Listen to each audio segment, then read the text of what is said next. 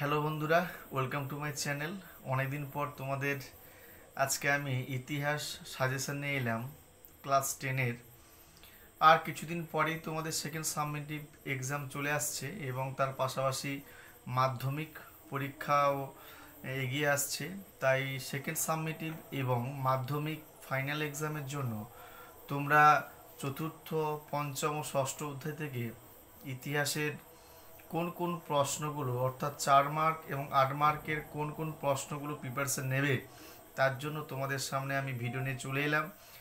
প্রথমেই বলি, যদি আমার ভিডিওটি ভালো লেগে থাকে অবশ্যই লাইক, কমেন্ট, শেয়ার করতে ভুলবে না। যারা নিউ ভিউয়ার্স এসে অবশ্যই কিন্তু আমার চ্যানেলটিকে সাবস্ক্রাইব করে দিও। প্রথমেই চতুর্থ অধ্যায় থেকে বলছি, সংঘবদ্ধতার গড়ার কথা। এই অধ্যায় থেকে 4 মার্কে যে প্রশ্নগুলো করবে, মহারানীর ঘোষণাপত্র টিকা, বা এই প্রশ্নটা এইভাবেই পড়তে পারে, মহারানী ঘোষণাপত্রের ঐতিহাসিক তাৎপর্য কী। নেক্সট, ভারত সভা টিকা। তৃতীয় প্রশ্ন, গোড়া উপন্যাসটিতে রবীন্দ্রনাথের যে জাতীয়তাবাদী ভাবধারা পরিচয় তা আলোচনা করো।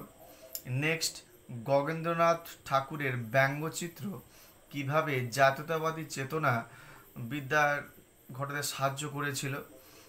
নেক্সট, এই অধ্যায় থেকে 8 মার্কের প্রিপারেশন নেবে, লেখায় ও রেখায় জাতীয়তাবাদীর বিকাশ সম্পর্কে আলোচনা করো। এছাড়াও মহাবিদ্রোহের চরিত্র এবং প্রকৃতি সম্পর্কে আলোচনা করো। নেক্সট অধ্যায় অর্থাৎ পঞ্চম অধ্যায়, বিকল্প চিন্তা ও উদ্যোগ বিশ্লেষণ ও পর্যালোচনা। এই অধ্যায় থেকে তোমরা 4 মার্কে প্রশ্ন করবে, শ্রীরামপুর প্রেস কিভাবে একটি অগ্রণী মুদ্রণ প্রতিষ্ঠায় পরিণত হয়েছিল। নেক্সট, মুদ্রণ শিল্পের বিকাশে গঙ্গা কিশোর ভট্টাচার্যের ভূমিকা কী ছিল। বিজ্ঞান চর্চার বিকাশে কলকাতা বিজ্ঞান কলেজের ভূমিকা কী। নেক্সট, টিকা করবে বসু বিজ্ঞান মন্দির এবং জাতীয় শিক্ষা পরিষদ। এবং এই অধ্যায় থেকে 4 মার্কের আরেকটা প্রশ্ন বলছি, বাংলায় কারিগরি শিক্ষার প্রসারে বেঙ্গল টেকনিক্যাল ইনস্টিটিউটের অবদান কী।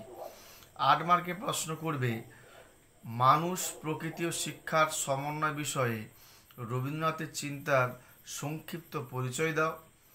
এছাড়াও আরেকটা 8 মার্কে প্রশ্ন করবে, ঔপনিবেশিক বাংলার বিজ্ঞান ও কারিগরি শিক্ষার বিকাশ সম্পর্কে আলোচনা করো।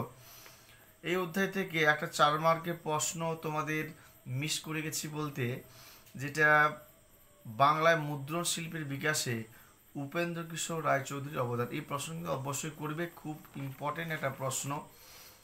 6 নম্বর অধ্যায়, 20 শতকে ভারতের কৃষক, শ্রমিক ও বামপন্থী আন্দোলন। এই অধ্যায় থেকে মূলত টিকা বলছি আমি, যেগুলো প্রিপারেশন নেবে, মিরাট ষড়যন্ত্র মামলা, বারদৌলি সত্যাগ্রহ, তেভাগা আন্দোলন, ওয়ার্কস অ্যান্ড পেজেন্ট পার্টি। এই 4টা টিকা করবে। এই অধ্যায় থেকে 8 মার্কের যে প্রশ্নটা করবে খুবই ইম্পর্টেন্ট, 20 শতকে ভারতে কৃষক আন্দোলনের অগ্রগতির পরিচয় দাও।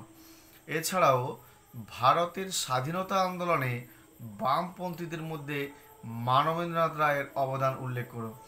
এই প্রশ্নগুলো কয়েকটা করলেই কিন্তু তোমরা সেকেন্ড সাবমিটিভ এক্সামের পাশাপাশি মাধ্যমিক ফাইনাল এক্সামে কিন্তু এই অধ্যায়গুলো থেকে কিন্তু কমন প্রশ্ন পেয়ে যাবে। অবশ্যই যদি আমার ভিডিওটি ভালো লেগে থাকে লাইক, কমেন্ট, শেয়ার করতে ভুলবে না। যারা নিউ ভিউয়ার্স এসো অবশ্যই কিন্তু আমার চ্যানেলটিকে সাবস্ক্রাইব করে দিও।